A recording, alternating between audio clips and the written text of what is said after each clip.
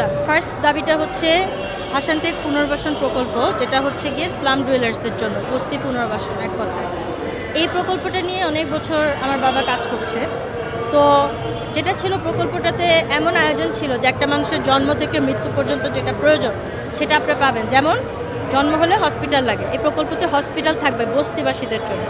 এই প্রকল্পতে নিজস্ব বিদ্যুৎ প্ল্যান্ট ছিল, ওয়াটার সাপ্লাই ওয়াসানা ওয়াটার সাপ্লাইও ছিল সব। আর তা হচ্ছে কি একটা টাকাও সরকার দেয় এবং দিবেও না। আমার বাবা বলছে যে তোমাদের টাকা দেওয়ার দরকার নেই সরকার, কিন্তু আমাকে কাজটা দাও, আমি এবং আমার প্রকল্প করবো, আমি ব্যাংকের লোনও নিব না। কেন আপু পারছে? তার বাবা যে শহীদ হয়েছে আপনার 71 সালে, সেই বাবা মাশাআল্লাহ আমার দাদা শহীদ আব্দুল কাদের, ওনার সম্পদের মাশাআল্লাহ অভাব ছিল না। ওই সম্পদ বিক্রি করে করে আমার বাবা এই প্রকল্পটা করছিল। এবং আমরা যারা ছোট আমরা যারা ছেলে পেলে আমাদেরকে গুলশান ধানমন্ডি থেকে না রেখে এই বস্তিতে থেকে আমরা এই যে ওনাদের সাথে ছিলাম, কাজ করছিলাম। এই বিষয়টা যেটা হলো, আগে যারা ছিলেন আওয়ামী লীগ বলেন বিএনপি বলেন, আমি সরি টু সে আমি তাদেরকে ডিসরেসপেক্ট করছি না, বাট তাদের আমলে আসলে তারা আমাদেরকে বাধা ছাড়া ভালো কিছু করে। হ্যাঁ, যার কারণে কি হয়েছে, তারা খুব টেনশনে পড়ে গেছে যে বস্তিবাসীরা যদি এখন বস্তি না থাকে দেশে, তাহলে আমরা নির্বাচন করার সময় যে 200 টাকা দিয়ে আনবো, জয় বাংলা জয় বঙ্গবন্ধু বলাবো বা হোয়াটএভার, সেটা তো হবে না। তাদের যদি একটা বাসা হয়ে যায়, একটা ছোট রান্নাঘর হয়ে যায়, একটা ছোট ফ্ল্যাট হয়ে যায়, তারা কি আর ভাই বস্তিতে থাকবে? তো ক্লিয়ারলি বোঝা যায় বস্তি কখনোই আমাদের সরকার চায় না।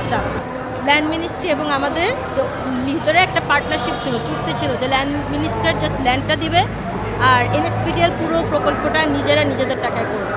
এটা ছিল চুক্তি। আমরা চাই এই চুক্তিটা বাতিল হোক এবং আমাদের প্রজেক্ট আমাদেরকে ব্যাক দেখ, আমরা এটা প্রজেক্টটা করব এবং তারপর আপনারা দেখেন প্রজেক্টটা কেমন সুন্দর হয়। দরকার হলে এই সেম পাইলট প্রজেক্ট, এটা একটা পাইলট প্রজেক্ট ছিল, দেখার জন্য জিনিসটা কেমন হয়। এই সেম জিনিসটা আপনি চাইলে কিন্তু ঢাকার বাইরেও করতে পারেন। দুঃখের বিষয় হচ্ছে আজকের দিন 1 বছর হয়ে গেছে সরকারের, আর তাদের এসে এখন রাস্তার মধ্যে ঝড় বৃষ্টি বাদলে বসে থাকা লাগতেছে। তো এই জিনিসটা কিন্তু ভাই আমি প্রধান উপদেষ্টাকে এবং যারা যারা সংশ্লিষ্ট আছে তাদেরকে বলবো প্লিজ ইমিডিয়েটলি করেন, নাহলে কিন্তু বস্তিবাসীরা থামবেন। আপনারা একটা সময় জানেন কিনা জানি না, বস্তিবাসীরা তখন তাদের দাবির জন্য তারা সুপ্রিম কোর্ট চক্কর পর্যন্ত তারা ছিলেন, সম্ভবত 96 সাল না কোন সাল। তখন কিন্তু একজন মন্ত্রী ছিলেন আফসারউদ্দিন নাকি, আমি ঠিক শিওর না, ওনাকে কিন্তু ওএসডি করা হয়েছে, ওনাকে কিন্তু করা হয়েছে। কেন? এই বস্তিবাসী প্রকল্প তারা জেগে উঠছে, তারা যাবে না, তাদের তো লুজ করার কিছুই না। সেকেন্ড দাবি নিয়ে যেটা আসছে সেটা হচ্ছে কলমিলতা বাজার, যেটা আগেও বললাম যে এই বাজারটা হচ্ছে কি আমার দাদার আমল থেকে তার ছিল, তারপর আব্বু নিছে। এখানকার ক্ষতিপূরণ দিবে হচ্ছে সিটি কর্পোরেশন উত্তর, তার সাথে সংশ্লিষ্ট আছে স্থানীয় সরকার মন্ত্রণালয় এটসেট্রা। এবার আপনি যে একটা প্রশ্ন করলেন যে আপনারা কি যে দাবিটা এটা কি যৌক্তিক মনে করেন কিনা, 100% যৌক্তিক।